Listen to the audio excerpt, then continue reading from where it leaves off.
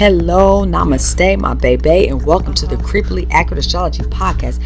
I am your host and your favorite professional astrologist, Crystal Jackson. And as you know, there's only one thing creepier than a peeping Tom, and that, my friend, is the accuracy of astrology. Yes, I said it. It's important to mention that astrology is a very powerful tool for self-improvement, leading to a higher vibration, and that is what this podcast here is all about. So whether you are here as a beginner, professional, or checking in and learn about yourself through astrology, or just for the love of it, you won't be disappointed. So stay with me, guys, and remember, your energy is valuable. Protect it like the Secret Service protect the president, but not John F. K. Namaste, my baby.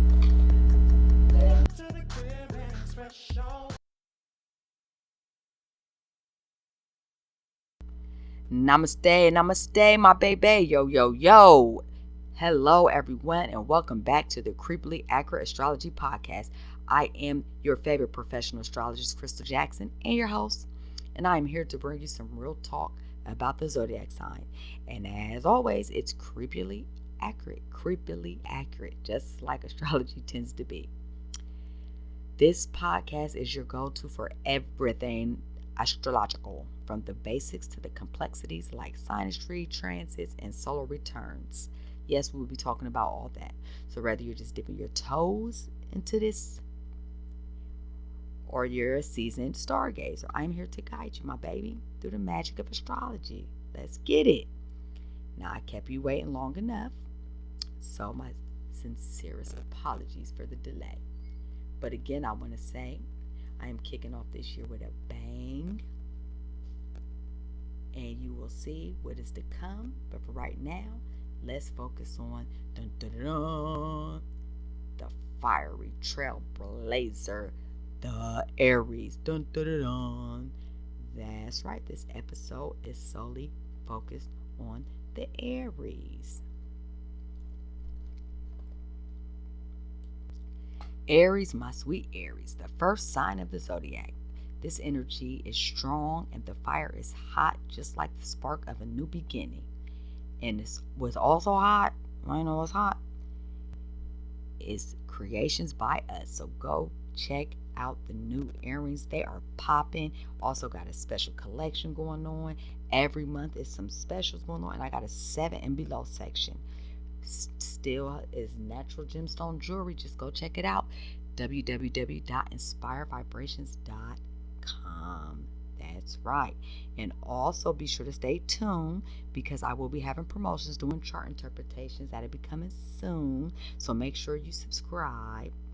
This is the perfect time to get a professional reading at a super low price. Now let's dive into Aries, the fiery leader of the zodiac. Dun dun dun dun. Eye of the tiger and the thrill of the fight. And every time I think of Aries, I think of that song. Okay, so the first thing we're going to talk about is the symbolism and the mythology. So the symbol for Aries is the ram. This represents the strength, determination, and direct energy that Aries brings to the table, just like the ram. The Aries charges forward with confidence and takes life's head on. Okay, now let's talk about the mythology. So the Aries is linked to the Greek myth of the Golden Fleece. The story of the ram with golden wool, saved by Jason and the Argonauts. This speaks to the courageous and pioneering spirit of the Aries. It's a sign known for its bravery, leadership, and unflinching pursuit of goals. Now, we're going to move down to the astrological details. And this is where we're going to talk about the elements, the modality, the planetary rulers, the character traits, and the association with the sign and the house rule. So first, let's talk about the element. So Aries element is fire. It's full of passion, energy, and enthusiasm. Now the fire element, it brings vitality and action-orientated energy. And Aries channels this into everything they do. Believe that. My daughter's Aries. And when I tell you, I mean, dead on Aries, okay? And she's a Scorpio moon and a Scorpio rising, so she's all Mars. And she's my challenge. Modality. So Aries is a cardinal modality. It starts off the zodiac. All cardinal signs starts off of the energy of that section of the quadrant. Maybe I'm doing too much. Okay, we'll keep it simple. Okay, so Aries is a cardinal sign, and this means it's all about initiating new beginnings. Natural born leaders, they love to start projects, they love to take charge and pave the ways for others.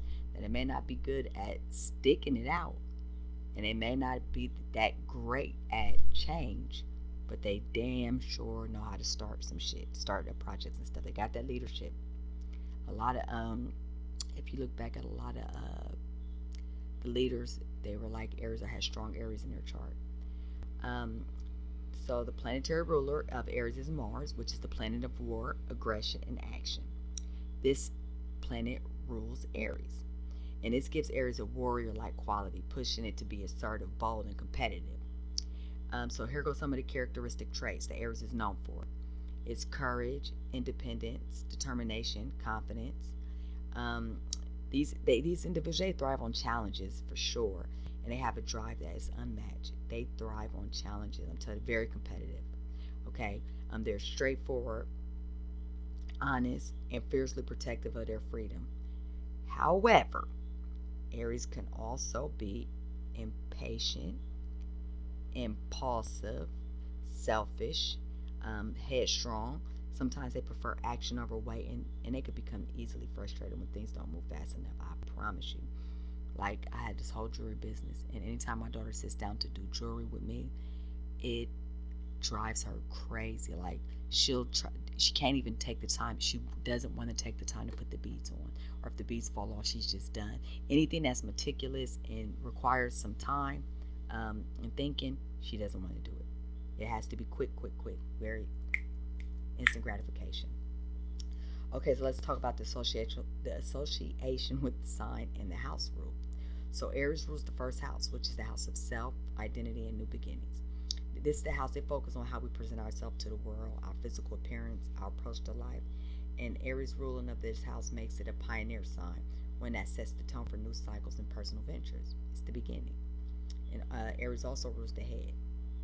So people with strong Aries or Aries rising usually have like marks on their head and stuff. You can tell. Okay, so let's talk about the decans of Aries.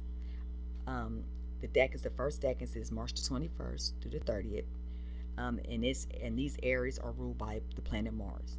So this amplifies the natural Aries energy, the assertiveness, the drive. So these individuals are bold and eager, and they love to conquer life. If you were born between March the 31st and April the 9th, then you are second decans Aries, and it's ruled by the sun. So this brings a sense of pride, leadership, creativity, and you're more focused on personal expression and shining in your endeavors, in your ventures. How about that? Third decans. This is if you were April the 10th to April the 19th. You're ruled by Jupiter, and this adds a philosophical and expansive dimension to Aries energy. These individuals have a broader vision and often seek to inspire others with their passion. My daughter is April the 18th. All right, so that's the three decans. So let's talk about the characteristics of Aries if it was the sun, the moon, or the rising. So, in case you don't know, the sun, the moon, and rising are three of the most important parts in your natal chart. The sun is your personality, the rising is how you present yourself to the world, and how others see you, and the moon is your emotions. So Aries, the characteristics don't change, but the way they look on you change, depending on if it's your moon, your sun, or your rising. Now your sun is your zodiac sign, your sun sign. The sun was in Aries at the time you were born. We don't know what house. It depends on what time you were born. The moon was in Aries if you have a moon Aries at the time you were born. And if you're rising, then that means Aries is rising above you in the east horizon at the time you were born. So let's talk about it. So now if you have a sun in Aries, which is your zodiac sign, these people are born with the natural leadership qualities. They're assertive, confident, very enthusiastic about life. Their pioneering spirit drives them to take action and tackle challenges head on. These individuals are always ready to start something new, and they are not afraid to stand up for themselves or others. Okay? So if you got the moon in Aries, then these people are emotionally Emotionally, people with the moon in Aries are very passionate and spontaneous, right? They feel things intensely and are quick to act on their emotions. While they can be impulsive, they're very genuine. My older sister is Aries moon. Um, she's very genuine, but she's very impulsive. Um, they're emotionally honest and they crave independence and excitement in their emotional life, often seeking thrills and new experiences. And then you have the Aries rising. So, Aries rising individuals, they have a natural bold presence. So these people come off as energetic, driven, and direct. And then when they approach life, they approach it with enthusiasm. They are ready to face whatever challenges come their way. You hear me? Their first impressions are often strong with Aries rising. Like you can't miss them. And they project a sense of confidence and capabilities. And don't forget with the sun, the moon, and rising. Like the sun also tells about your relationship with your father, the moon with your mother, and the rising tells you could tell like the environment you were in when you were born based off your sign, the rising sign, and also it kind of points you towards your purpose, your life purpose. That's getting into something deeper. Now here go the part we all really want to know for real: the compatibility of Aries. Hey, okay. All right, the Aries incompatibility. All right, let's talk about the best matches. Just real quick before I say something, who you think? What you think? Quick. If you said Leo, Sagittarius, Gemini, and Aquarius, then you were close to right. Yeah. No, these for real. These signs share Aries enthusiasm for life and adventure and independence. They fuel each other's passion and complement each other well. Why? Because the Leo is fire, Sagittarius is fire, Gemini is air, and Aquarius is air. And fire air fuels fire, right? All right. So let's talk about some challenges. Cancer and Capricorn. These signs may find Aries impulsive and a fiery nature. And when I tell you my oldest is a Cancer and my youngest again daughter is Aries, my Cancer daughter, woo! When I tell you, I listen, my daughter be done with my younger daughter. Okay, let's put it that way. Um, so yeah, they might find them impulsive in their fire nature. They might find it too much to handle because they tend to be more reserved or cautious in their approach. You know what I mean? So that's the challenges. And the detriment, this is the opposite. So the opposite would be like Libra is always going to be the opposite of Aries, no matter where it is in the chart. If it is on your first house cusp, which is rising, then Libra will be on your seventh house cusp. And that's when it becomes really important. And I'll tell you why. But anyway, let me just tell you the detriment. It's Libra because Libra is diplomatic, peace, love, and nature, and it's the opposite of Aries, which is assertive and bold. Aries is independence. Libra likes to share relationships, and this is the polarity of Aries. So regardless to where it really is in your chart, you're gonna have to find that balance, especially if planets is there. You got to find that balance between the Aries and the Libra. And depending on the planet that's there, then that's how you interpret that. But if it's on your first and your seventh house, whether Aries is on your first or in Libra on your seventh, or Libra's on your first and Aries is on your seventh, you have to find that balance. Because technically, if Libra would be on your seventh house cusp, then that's the type of characteristics you look for in a relationship.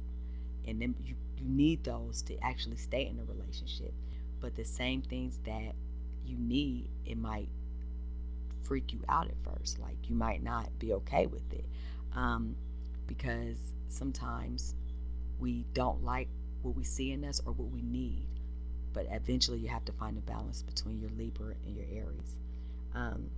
Because you can create balance there, but it can also lead conflict if you neither sign learns to appreciate the other quality.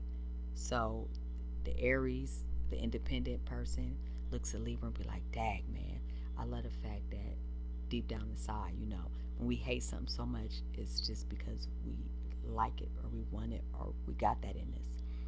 So the Aries might look at the Libra like, dang, I like the way that, they always about other people, and, the way they are in relationships, they're balanced and harmony.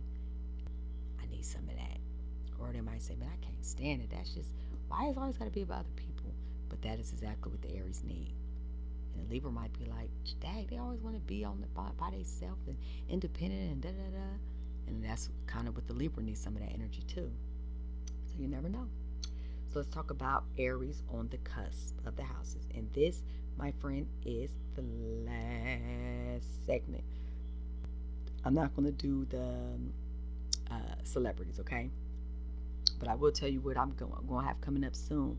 We're going to be breaking some charts down. I'm going to have another astrologist, and we're going to be bringing up all type of charts: serial killers, murderers, grapers, celebrities, just all type of charts, and we're just going to both be breaking it down. Looking at spots where the crime may have been committed, looking at transit charts and stuff. So that's going to be interesting. So stay tuned for that. So anyways, Aries on the cusp of the house. So the first house, if Aries on the first house, this is rising. This makes the person bold, dynamic, very self-expressive, and this person will thrive on action, independence. Okay. Now, if it's in the second house, which is finances, this person, because Aries is impulsive and quick, it's a quick temper. So this person, when it comes to their values, they may be impulsive with spending, and they value their independence, and they may take risks for material security. Now the third house is communications, short travels, your daily routine, like not like the sixth house, but like your daily thinking, what you do on the daily basis, and your siblings. So if you have Aries here, you'll be direct, assertive in communications, and you'll love to express your opinions and your ideas with confidence. If you're in the fourth house, might take charge in a home environment. You may feel the need to lead and protect your family. If you're in the fifth house, the fourth house is family. The fifth house is self-expression, creativity, and children. So you might be real playful, passionate, adventurous, and romance and creativity with your children. The sixth house. Sixth house, you might, I believe Mars, Joy is in the sixth house too. I think so. So you'll be energetic, assertive in work, and you'll often take the lead and thrive in competitive environments. Seventh house, fiery and passionate in relationships. You need a partner who matches that energy and drive for sure. Eighth house, that seventh house is relationships. I keep forgetting to tell you the houses. The eighth house is rebirth, death, other people's resources, the psyche, the deep mind, like spiritual mind, I want to say. So you'll be fearless in confronting your deep emotional issues, seeking transformation. It's through house of rebirth and transformation, through intense experiences. Your ninth house is higher learning, it's faith, it's the house of publications, it is long travels. So you'll love to explore new philosophies, cultures, and ideas, and you'll be constantly seeking adventure and knowledge. 10th house, baby. Your 10th house, you will be ambitious in careers, seeking leadership roles, and strive for recognition and success. A lot of famous people got Aries in the 10th house. 11th house, bold, independent, approach to friendships and groups. This is your house of friendship groups, community, and aspirations. You'll be a natural leader in social causes, and you'll be very, very fierce and head on when you're going for your aspirations. And then your 12th house is the house of your subconscious mind, losses, self-undoing, spiritual, like deep, deep, deep, deep, deep, deep, deep losses. Man, so many things, institutions. So if you have Aries here, you'll have a warrior spirit in the subconscious. You'll confront inner fears and challenges with courage. And dun dun dun dun, it's over. It's time to say goodbye. All right, Crystal Braxton. Okay. All right, guys, for real, thank y'all for tuning in to this Aries series. Thank y'all for continue to listen. And I just want to wrap it up on the Aries, which is the fiery trailblazer of the zodiac. And I hope you're feeling that powerful Aries energy. It's a force to be reckoned with. And if you're vibing with this episode, baby, be sure to subscribe and don't miss out on future episodes as we continue this journey through the zodiac and beyond. So today we talked about the zodiac sign Aries. We discussed the myths, the symbolism. We discussed the elements, modalities, the rulers, the characteristic traits, the decans. We described Aries in the sun, moon, and rising, the Aries compatibility, and Aries on the cusp of the house. We went all out for the Aries. You hear me? Yes, yes, we did. And baby, don't forget to check out my shop for my new homemade earrings. They are the bomb, I'm telling you. It's nothing but positive intentions. I said the positive intentions. I made it with love and positive energy. And you touch those earrings, you put the earrings in your ear, you're gonna feel that positive vibe, okay?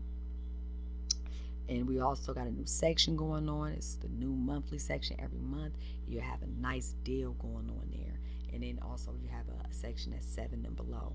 This is for everybody can afford it. Everybody can vibe. Everybody can have this positive energy. Okay? And don't forget to stay tuned for that chart interpretation promotion I mentioned earlier. You don't want to miss the chance for a personalized reason that is still priced. And what I mean that is still priced is called donate an interpretation. It'll be a minimum of $5 for interpretation. You can donate how much you want, but a minimum of 5. Okay? And as always, thank you for tuning in to the Creepily Accurate Astrology Podcast. Stay connected, protect your energy, and keep raising your vibrations. And remember, your energy is expensive. Be mindful how you spend it and protect your energy like the Secret Service protect the president, but not who? Not John F. K. Alrighty, guys. Again, thank you for listening and come back soon.